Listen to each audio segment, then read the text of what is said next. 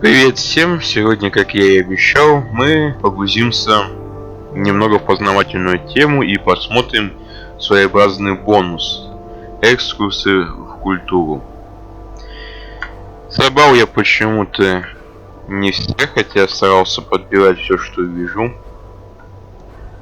Но в любом случае я обещал сделать это бонусом, поэтому давайте смотреть.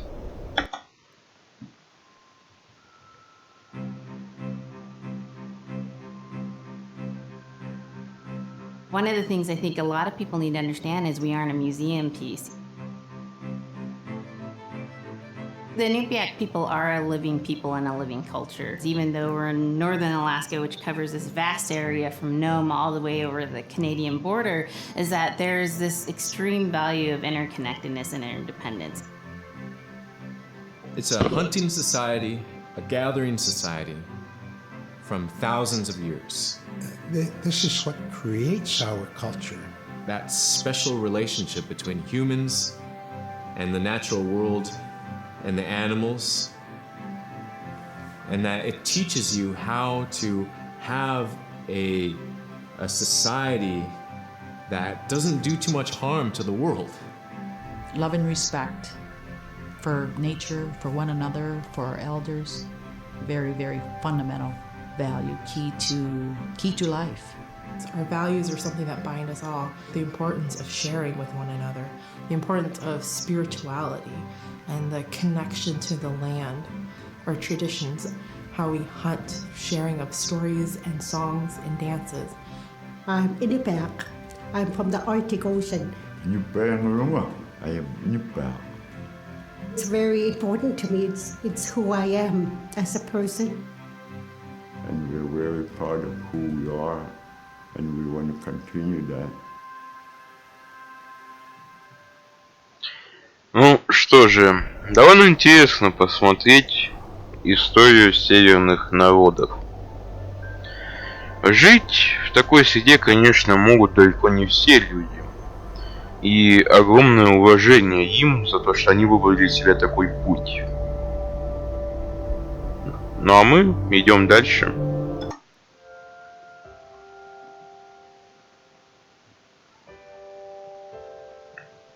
It'd be busy, busy, busy all through the day. You get up and you just go right to work, right to work. There's always something to do. There's never any idle time. The only idle time we had was after we eat and before we go to bed. One of the older people would be just relaxing, laying down there and saying, it'd be really nice to hear a story. And then just organically, someone would just start telling a story. Storytelling for the Inupiaq people is very important because it not only created that sense of community, but is a way to pass on wisdom to the next generation. It was like TV, It was just like, it was as good as any movie you've ever seen. And the storyteller told it so clearly that it was just as powerful as any of the greatest movie blockbusters you've ever seen. There was a reason behind the stories that we were told because they held traditional knowledge. They held things that we might need to know in life, whether it was about how to find food or how to survive, or it was about well-being and the importance of connecting with people and being a good member of the community. We all do stories. We all live in stories. We all tell stories to our friends. And they need to be told. They need to be heard. Хороший народ на самом деле чтит предков, чтит историю. Культура на самом деле одна из самых интересных вещей, но очень недооцененная. Порой немногие люди могут сесть и послушать ее.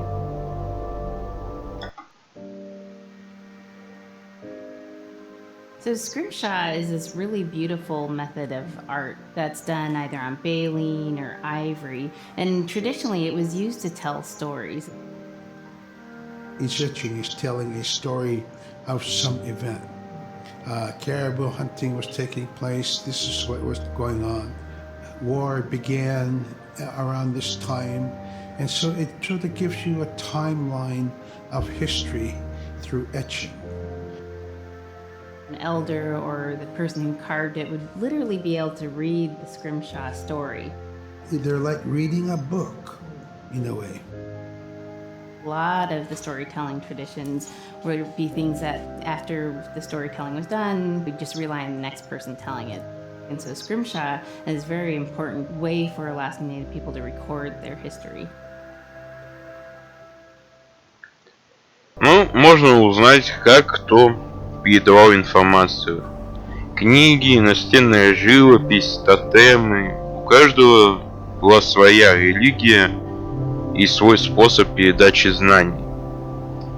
Только благодаря всем этим способам мы сейчас имеем огромный багаж знаний, настолько большой, что в наших маленьких мозгах просто не способны поместиться все знания мира.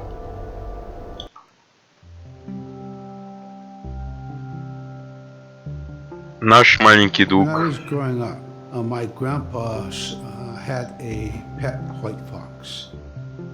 If you're a good friend with a fox, when there's danger abound, they try to keep you from getting into trouble. They pull tricks here and there, and foxes are like spoiled little kids in a way. When you let her out, she'd go prancing out in the snow, jumping in the air. I know she was happy then. Come running at me and jump on my chest, knock me backwards, lick my face, and I try not to let her. So that was my memory of my grandpa's pet fox.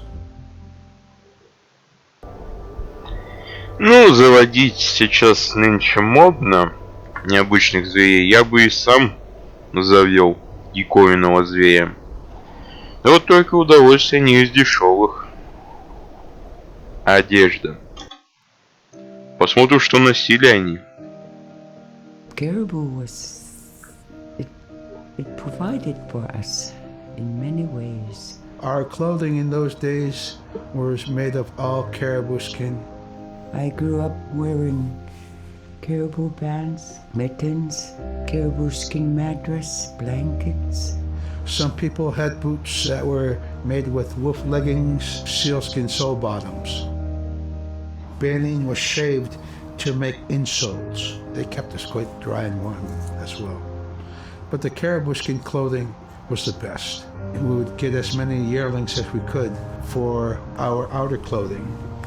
And for a heavy winter, we would get caribou in February or March because the hair was the longest and the skin was the thickest, and we would use those for our winter gear. With that stuff on, you could sleep outside in 50 below, and it wouldn't bother you a bit. 50-градусный. Так, ну это, конечно, удивительно. Хороший мех был, если так сильно защитить мог.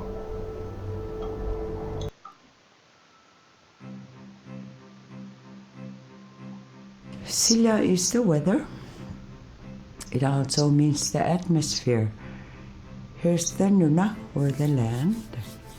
And it's anything from the land into the moon, the sun, the stars. That's Silla. It's a very spiritual, and we have a relationship with Silla.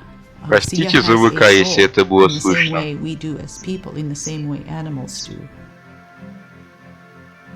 I think spirit helpers in and of themselves are really about how we're connected with things. And so it may be that there's a spirit helper that shows themselves as a bird to show you the way home, or it may be a spirit helper that actually decides to show themselves with the face and body of a man instead of their animal form.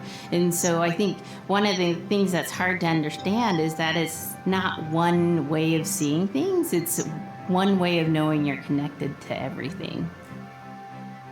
We've always had that spirituality of everything around us. It's the interaction you have with the air you breathe, the ocean that you gather resources from, the rivers from which you gather fish, the tundra from which you pick berries, the animals that give themselves. It's all of that.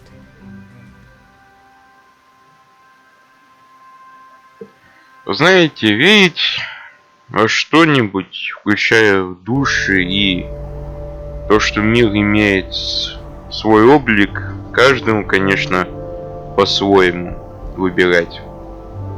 Но иногда все-таки стоит согласиться, что что-то не происходит просто так. Что-то мы не можем держать под контролем или влиять на что-то. Тропа с ловушками. In the winter, when we were traveling, we didn't build sod houses, we built snow houses. In Canada, they call them igloo, but here in Alaska, we call them apuya. We'd do a day of travel, and then we'd make a apuya. The next day, my father would set traps, spend the day there, rest the dogs, give them something to eat, and then the following day, we continued to the next place. We'd go to my dad's sister, who had a house at Dubai. They had a small sod house over there. We didn't have to do anything. We just visit with them, and my dad and Красиво выглядит ихнее убежище, их жилище. Я думаю, оно было вполне уютным. My father would leave us with our aunt or with my grandmother, and then he'd start on his trips and go check his trap line. We were not into 8 to 5 kind of time, you know. We're in a totally different kind. We're in ecological time.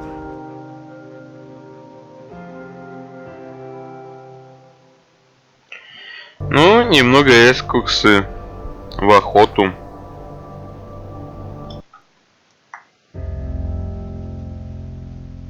Drum is something that's common to all cultures in Alaska.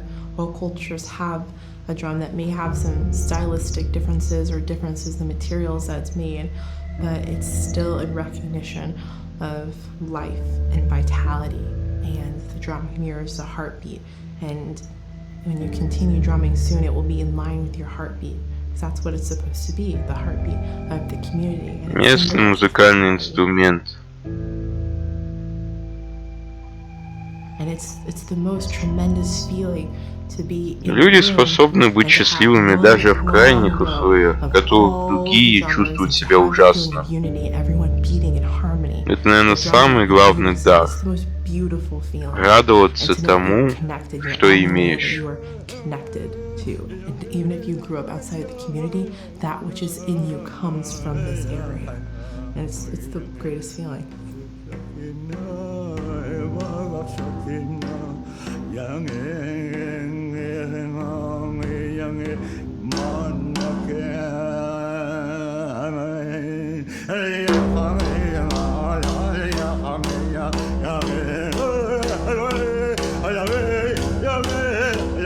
Мужик, я верю, что у тебя сердце бьется в такт.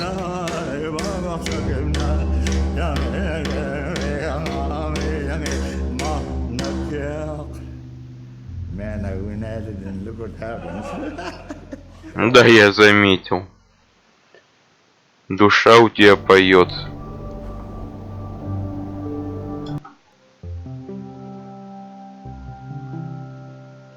They're just like other people.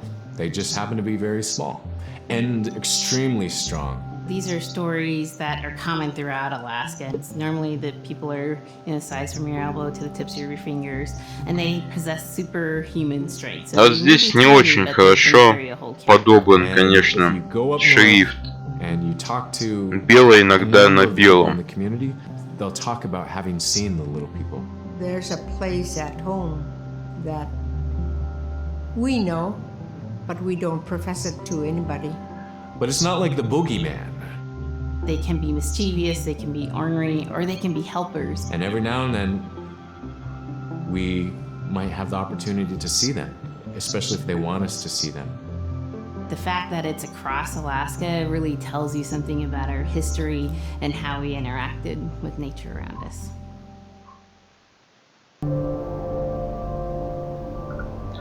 Так, ну где-то уже половину, наверное.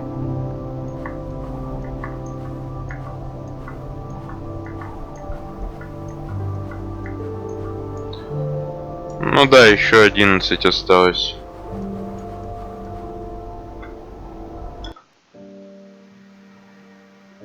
Вот это самое интересное для меня лично. The bola is what we call kilamitan. And the kilamitan is made out of braided sinew tied on to some heavy bone which you could twirl. In my case, we're catching ducks. When we're out Интересное средство. sometimes the ducks start flying. And they're good for duck hunting. You know, if you're a whaling crew, you can't make too much noise. So you can't use a shotgun for getting some duck soup handy, you know. So bolo was a really handy weapon to use for catching ducks. You know, the ducks fly in, you throw it up and tangles up the bird, and down they go. Но мы использовали булу немного иначе. Но оказывается она полезна по-своему для охоты.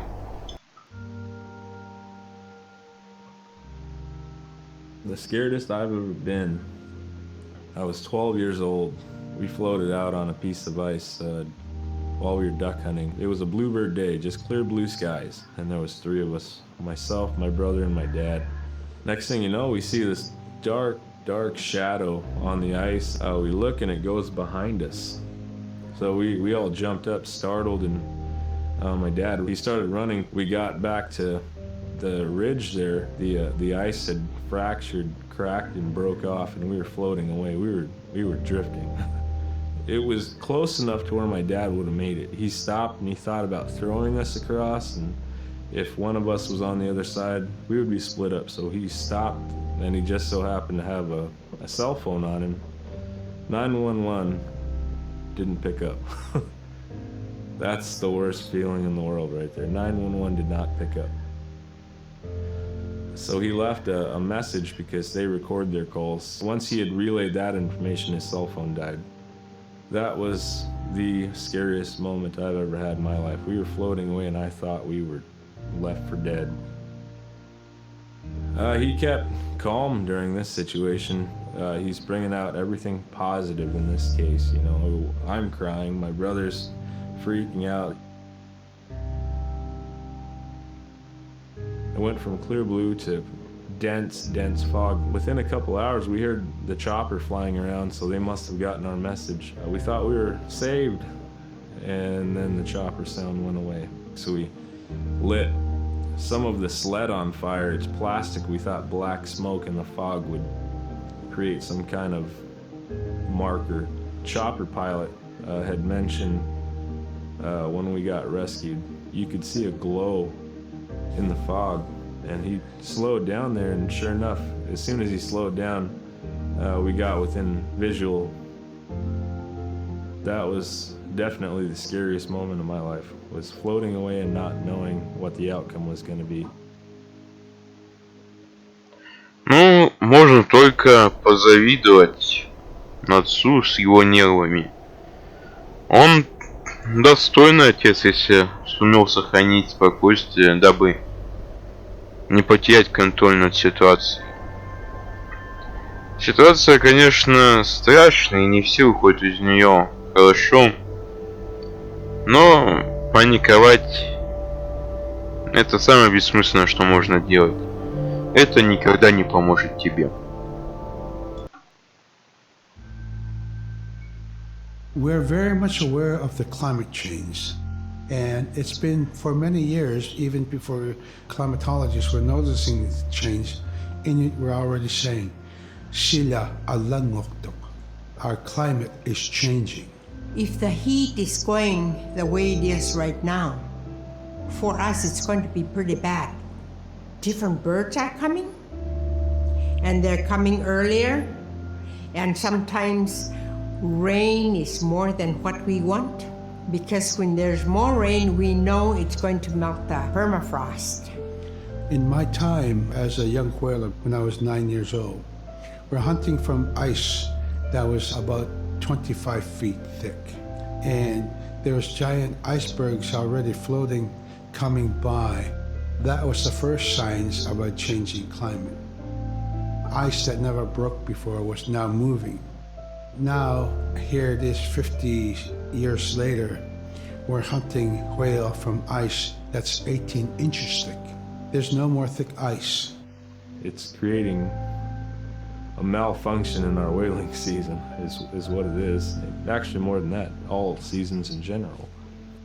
I think we are more scientists than more people will realize. We have more knowledge of those things than people will ever know.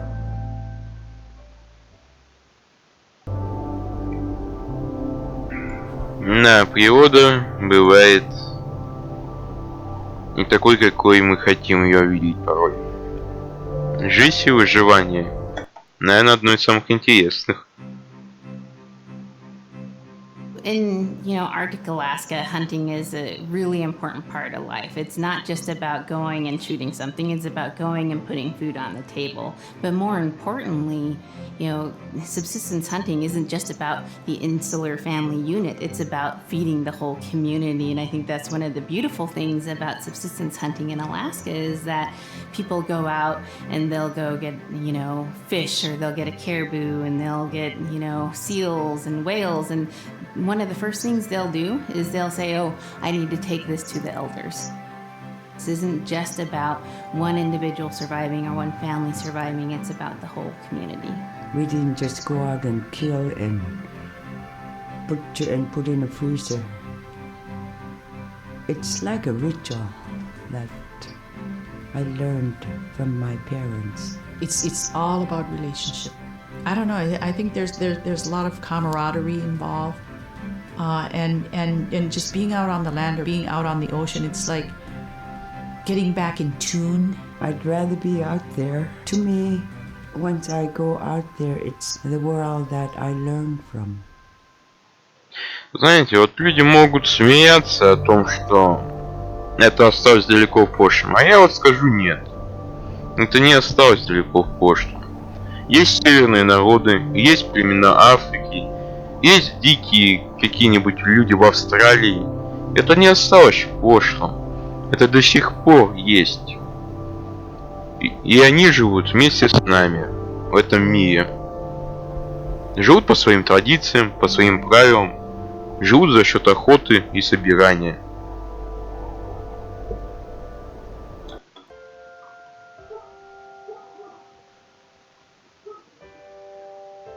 Now we spend all our time out in nature. You get very intimate with the world. And over time, if you're living that life, you start to sense that everything has a spirit. There's a consciousness in everything. Everything is alive. If everything is alive, then we want to respect it. And if we're going to use it, we want to use it respectfully.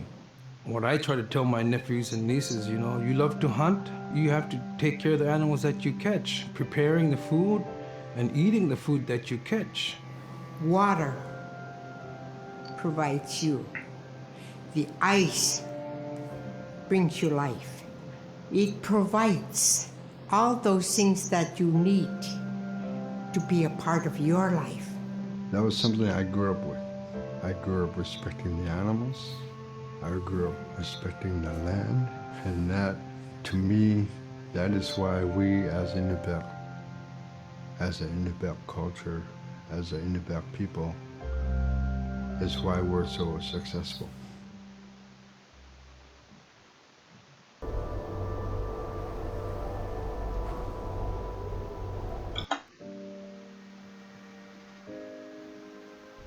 I think most central to the ideology of the Inupiat is the idea of sharing. Being able to feed the community, feed others. That's why we hunt. In the old days, that's what you needed to survive. The sharing is important because it's how the community survives together collectively. We just give. That's how I grew up. That's the way I'm always gonna be. Because of who we are, we always think about other people first. If our people didn't share in in the old days, we wouldn't have survived in this Сцены harsh, поленились новые climate, записать, environment. повторяются, конечно. Так быстро. Это был очень короткий эпизод. Остров Кинг. Big Diamond, Little Diamond, and King Island. And in those three islands are the stepping stones to get to America. So King Island is this absolutely beautiful place off the coast of Alaska. And if you can imagine being on this really kind of rocky island that kind of shoots up from the water to these cliffs. And then all of a sudden you see these stilts and then you look up and there are these houses. They were built on the cliff up high because of the ice. Being an island in the Bering Sea, you have ice that's being pushed by the winds onto the island. So it's going to pile up 50, 60 feet high. Structures are still there today and people have returned to King Island. It's a growing community as the people return back to their island. Невероятно. И умудрились просто почти на куски льда строиться. Вот это я понимаю, любовь к своему месту.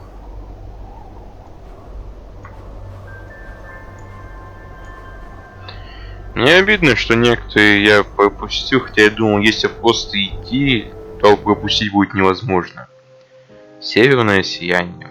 Одно из самых прекрасных вещей на Земле. Whenever the Northern Lights came out, she just whistle. Boy, they come alive. Just keep whistling and that aurora will... Свистеть вредно, денег не You будет. can almost hear it.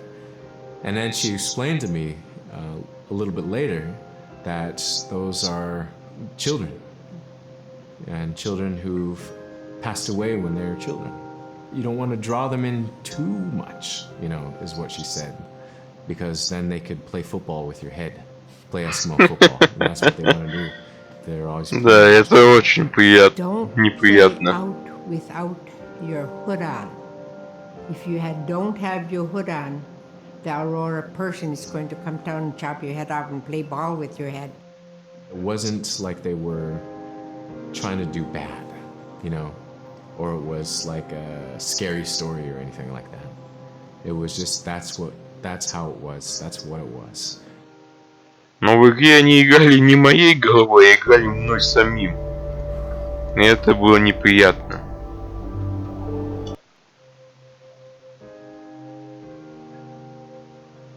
We're taught that there's no hierarchy.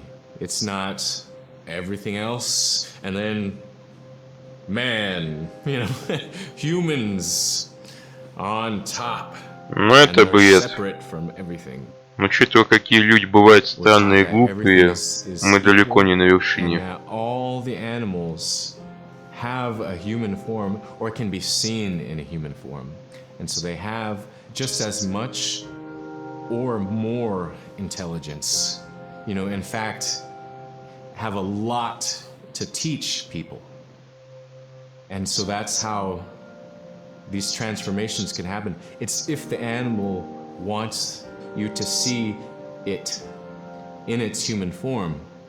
There's a story where a man comes up to an ice hole and then realizes there's another man in his parka that's got stuck in the net, and is just stuck like that. Oh, can you let me out? Please help me, And so then he lets the man out, but then realizes that was actually a seal.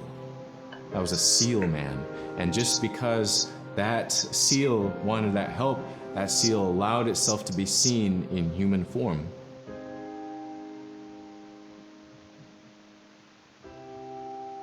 Не, ну конечно, в моем понимании духи животных это не совсем перевоплощение.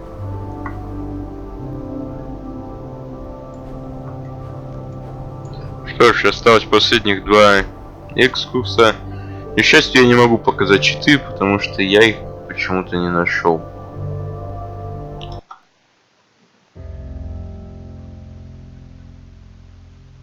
Кто же ты такой in усатый? Anupiak stories is the manslayer, and the manslayer is kind of this bad guy. And I think really what's at risk when the manslayer comes into story is the livelihood of individuals and the whole community. And so the manslayer is really used as a way to say, don't act only for yourself, always hold the community in your heart. Oftentimes in these stories, there's one person that will stand up. And what this humble person will represent, who faces that manslayer, is a return to order, a return to true living in the community. And it just takes that one person. И этим человеком Just были be мы that в one игре. person that can help to change everything. Because everyone wants to live a good life. Everyone wants to have a good community. Но это происходит не только в общине, и в мире один человек способен многое изменить, если этот человек достаточно силен духом.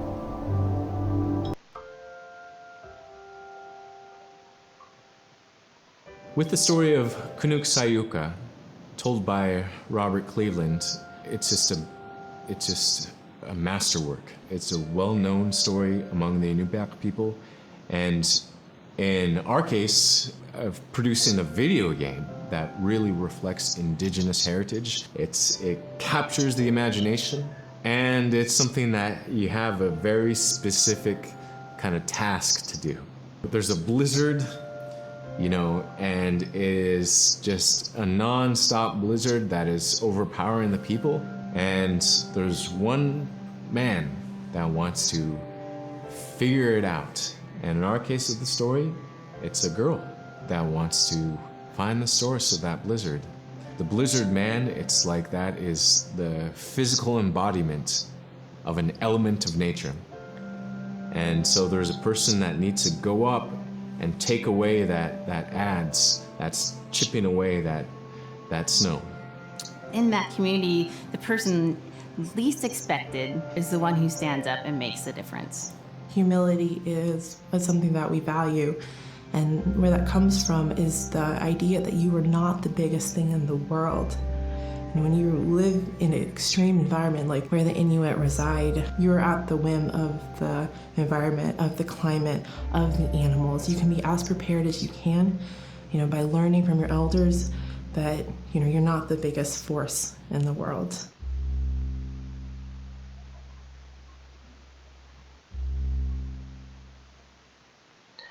Знаете, я люблю свое любопытство и открытость к новому.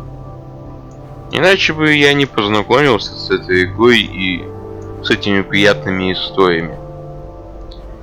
Я надеюсь, вам было также приятно изучать эту игру и эти маленькие культурные отрывки. Я хочу пожелать вам больше узнавать этот мир и лучше его узнать, потому что мы лишь капля в море того, что здесь есть. Ну а я хочу сказать спасибо за просмотр. Подписывайтесь на канал, ставьте лайки. Пишите, что вы можете сказать на каждом из экскурсов. И